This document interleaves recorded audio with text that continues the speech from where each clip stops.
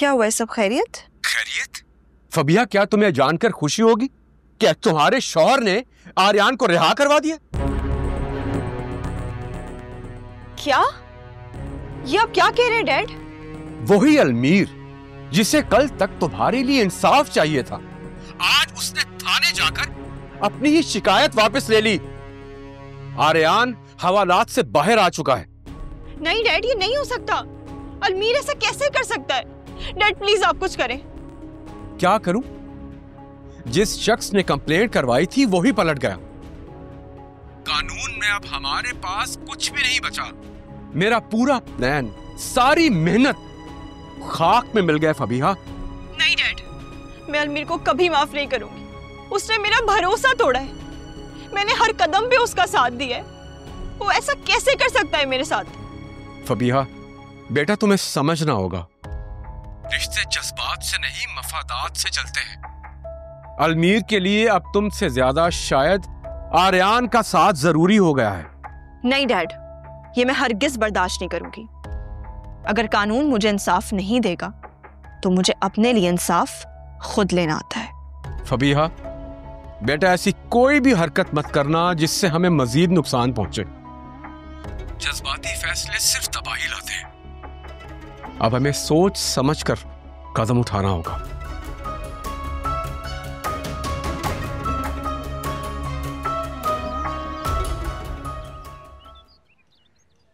मेरे बच्चे, तुम आ गए हो। मेरी दुआएं रंग ले आई हैं बेटा। अल्लाह का लाख लाख शुक्र है। अब सब ठीक हो जाएगा मेरे बच्चे, सब ठीक हो जाएगा, देखना। वाह अलमीर, वाह, क्या बात है तुम्हारी। तुमने तो कमाल ही कर दिया। हाँ, अपने मुजरिम को तुम घर ले आए। मुझे लगा था कि तुम में कुछ गैरत बाकी है, मगर अफसोस। बात जज्बात से नहीं, सच्चाई से करो फबीहा। आर्यान भाई बेगुनाह है। मैंने जो किया ठीक किया। तो ठीक है, मैं इन लोगों के साथ इस घर में नहीं रहूंगी, समझे तुम? क्योंकि जो शख्स तुम्हें नुकसान पहुंचा सकता है ना, वो मेरे साथ या किसी के भी साथ कुछ भी कर सकता है। और मुझे इस घर का बंटवारा चाहिए अभी।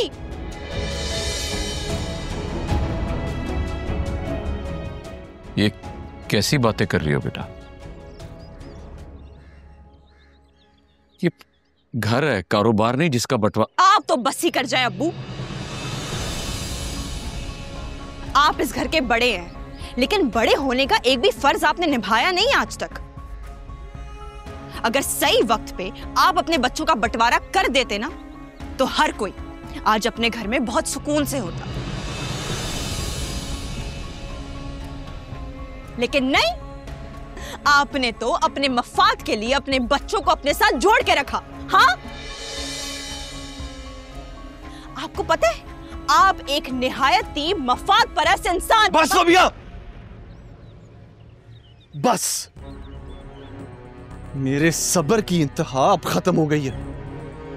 तुम मेरे बाप के साथ ऐसे बात नहीं कर सकती। मैं कर सकती हूँ। मैं जिससे चाहे जैसे चाहे बात कर सकती हूँ, और अपने हक के लिए जो चाहे कर सकती हूँ। अगर आइंदा तुमने मेरे बाप के खिलाफ कोई भी बात की ना फबिया, तो मैं तुम्हें तलाक दे दूंगा। शुक्र, तुम कौन लफ्ज़ मत बोल रहा आगे से।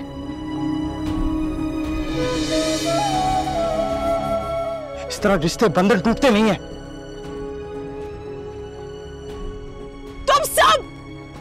तुम सब एक जैसे हो, और तुम क्या मुझे छोड़ते हो?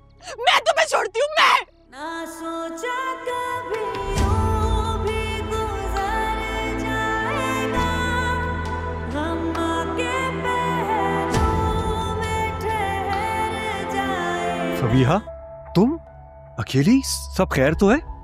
नहीं डैड,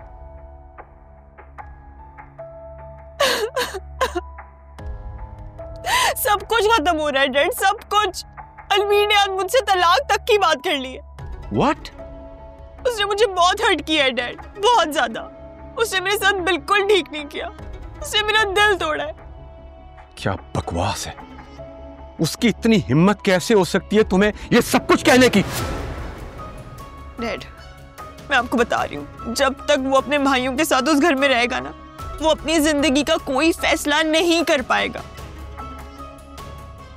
डैड प्लीज ना, डैड प्लीज आप उन्हें अलग कर देना, मेरे लिए, मेरे सुकून के लिए। अगर आप मेरी जिंदगी में सुकून चाहते हैं ना डैड, तो हमें उन भाइयों को एक दूसरे से अलग करना ही होगा, मेरी जिंदगी बचाने के लिए। रिलैक्स, मैं करता हूँ, अभी करता हूँ। आर्यन, खुदा के लिए कुछ तो बोले। जब से आया खामोश है, मुझसे बात भी नहीं कर रहे। क्या कहूं मैं?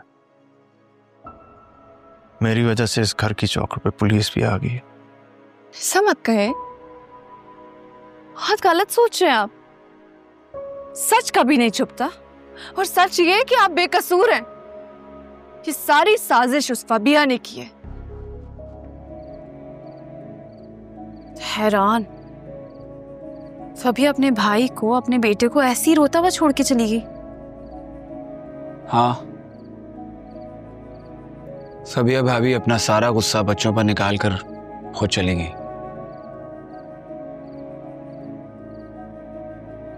खैर, जब तक हालात नॉर्मल नहीं हो जाते, इन बच्चों की जिम्मेदारी तुम्हारी है। जानती हूँ, जब माँ अपनी औलाद को ऐसे फेंक के चली जाए, रोता हुआ छोड़ के चली जाए, तो उसके आंसू पोंछने में मैं पीछे क्यों हटूं? मैं ये जिम्मेदारी अकेले उठा लूंगी। मैं जानता हूं, तुम ही हो जिस पर भरोसा किया जा सकता है।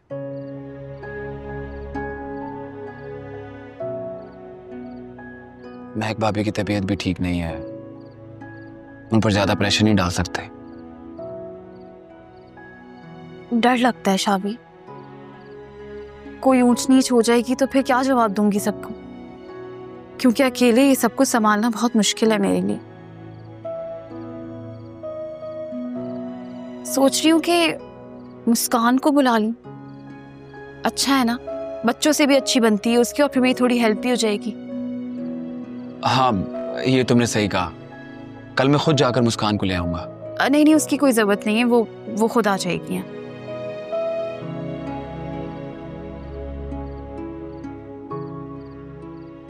हमान, तुमने हमेशा खानदान को थामे रखा है। क्या करूं, इस घर को बिखरते हुए नहीं देख सकती मैं, और इस घर को बचाने के लिए किसी ना किसी को तो मेहनत करनी होगी ना।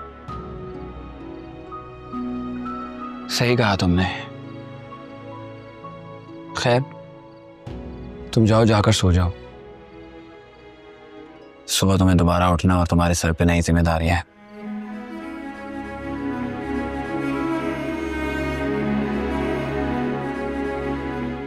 जावियार और अरहम कैसे हैं? अपने कमरे में, अभी उनको भी खाना खिला के आ रही हूँ। अच्छा, वो जैन भी ठीक है? बिल्कुल ठीक है अब्बू, अरहम और जावियार के साथ खेल रहे। शुक्र अल्लाह, अल्हम्दुलिल्लाह। एक बात कहूँ बेटा, हम सब की वजह से तुम बहुत बंद के रह गई हो। एक तरफ बच्चे हैं, घर, और फिर ऑफिस। ऐसा लगता है जैसे तुम्हारी जिंदगी ठहर सी गई हो। थोड़ी मुश्किल तो जरूर है, लेकिन मैं जानती हूँ कि ये सब वक्त ही है। आप तो जानते हैं, आसानी से हार मानने वाली नहीं हूँ।